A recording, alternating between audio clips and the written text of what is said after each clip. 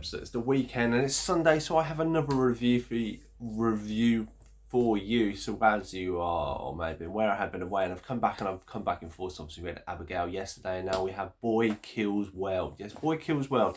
So this is the new movie, or the first movie from director Mortiza Moore. If I pronounce that, apology, but butchered his name. Anybody that sees the trailer or something knows this is a very kind of outrageous, hardcore action venture. And essentially what it is, you have the young protagonist called Boy, who's played by Bill Skarsgård from It fame, probably more is what he's known for at this time. He plays Boy. His parents, his mum and his daughter were killed as he was taken in by Shaman, who's played by Yayan Ruia. And he is basically trained, so it starts off with him basically being grown up and grown trained, and basically trying to get vengeance on the Van der Koys, which is the family there, headed up by Famke Janssen. She's the one that kind of kills his family. Then you have brothers and sisters, which there you have Melanie, who is played by Melanie.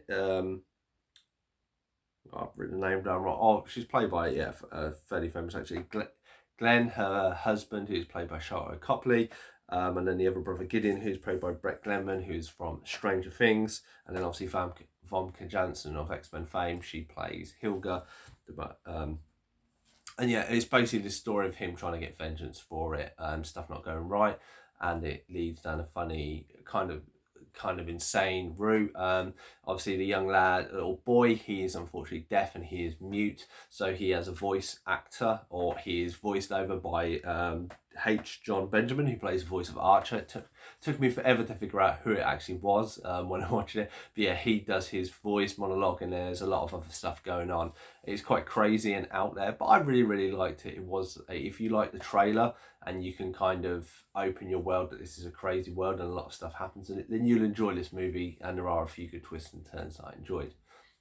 So there we go, that is a brisk summary of what will happen. So we'll put the spoiler warnings up as we normally do, and we shall get into it. So yes, as I said, so the movie starts with, you have the young lad Boy as a very kind of teenager, probably younger than a teenager, and you see his mum and his sister get killed by the family, by the evil family, so to speak. He is then recovered by the shaman, and through a lot of training over years, basically trains him up to be a hardcore warrior to fight against it. Now, he was training him up and doesn't feel he's ready when we kind of get to this point in the story where there is a culling. So each year they kind of have like the purge, there's a culling each year, and basically enemies of his family get killed. And some of them nowadays get put on this TV program where they basically get killed that way. This is where we bring it into the recent culling. Obviously, Boy's a lot older. There's a lot of stuff funny goes on. I'm not going to mention it because I think you need to enjoy it. A lot of people start getting killed, and he decides that he wants to take vengeance then, even though the shaman says he shouldn't be. He does anyway, and he sneaks in the car back to the kind of the home base of where his family are. The main lady, Famke Jackson's character Hilga, has been in hiding ever since because she's been paranoid and stuff, and you don't know really what's going on. And I see, so Boy sneaks in, and basically it's his journey from getting through it. He has two friends as he comes along, so he saves a guy called Basho, played by, where is his name, Andrew Kige. He was in Bullet Train, that's what I remember him mostly from. And then he has another guy called Ishaila Mustafa, who plays Benny. And it's really good because Benny, so basically the boy is mute, so he learns to read lips, so as he's going through you kind of hear him talking to it. He also has some inner characters come out of him, so to speak, and I'm not going to mention who or what they are, but when he gets to Benny kind of mumbles and stuff, so he doesn't understand what he's saying. So because Benny's like blah blah blah blah, blah, and the guy who narrates, who plays Archer, is like, you know, like toilet seat, desk, lamp, because that's what he thinks he says. So obviously because he saves Benny, he saves Basho, and obviously Benny teams up, they have this plan, and obviously unfortunately Benny relays it and the boy doesn't understand it, and then it kind of goes on this crazier story. It's going all the way through. There is a kind of hitman for the for the bad guys is played by Jessica Roth. She plays June 27, who's quite a hardcore rock. Reminds me of kind of a Dead Rising character, but she has this helmet mask that kind of projects stuff on, which is really good. And yeah, so he goes on his story to finally gets there, finally gets to the end. Looks like he's going to die, and then he holds up this little paper that his sister drew, and then there is a revelation. And I'm not going to give away the revelation here because I want to keep as much of this film secret. I think people need to enjoy this for it is. I noticed one twist, but there was more twists to it, and I didn't kind of gauge that. But anyway, it leads up to a lot of people dying, and then he kind of does have a final resolution of this film. He gets some sort of closure, so to speak. It is a great fight in a court. There are some instances where I think it's a little bit blurry when it's moving the action scenes, and a little bit dark, kind of jerky, a little bit, but not too much, and that's lost. Basho I didn't really warm to until later on. His character was a little bit out there, and some of the comedy and little bits are a little bit off, aren't perfect all the time, but for the most part it was really, really good. The actors, Bill Skarsgård, I know there's a lot of heat on him for The Crow.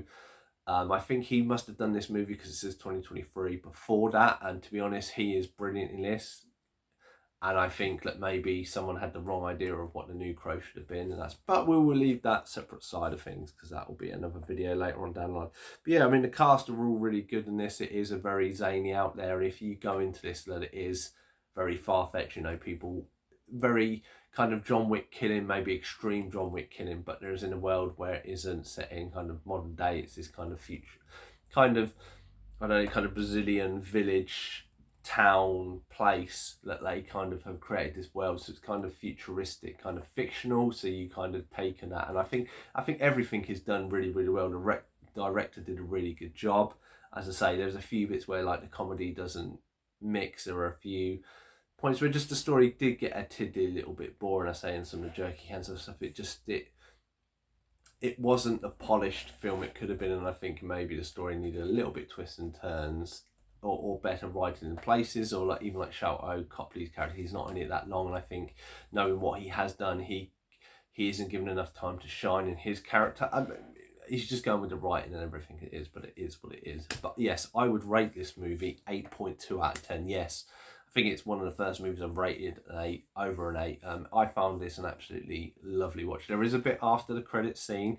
It doesn't really give much away. It's just the main character boy eating cereal with another character. Again, not saying anything to spoil stuff. I know this is spoiling warning up, but I'm trying to keep... I think there's a lot of surprises in there that I don't want. If you would have to watch this review, I still want you to go and enjoy the movie, and I think I'm keeping enough out of it for you to have that. So yes, so that has been my review of Boy Kills World. Have you seen this movie? What did you think? Let me know in the comments down below. Otherwise, I've been Cypher Sigma Screen Time. Like, comment, subscribe, do all the things you want to do, and I shall see you in the next one.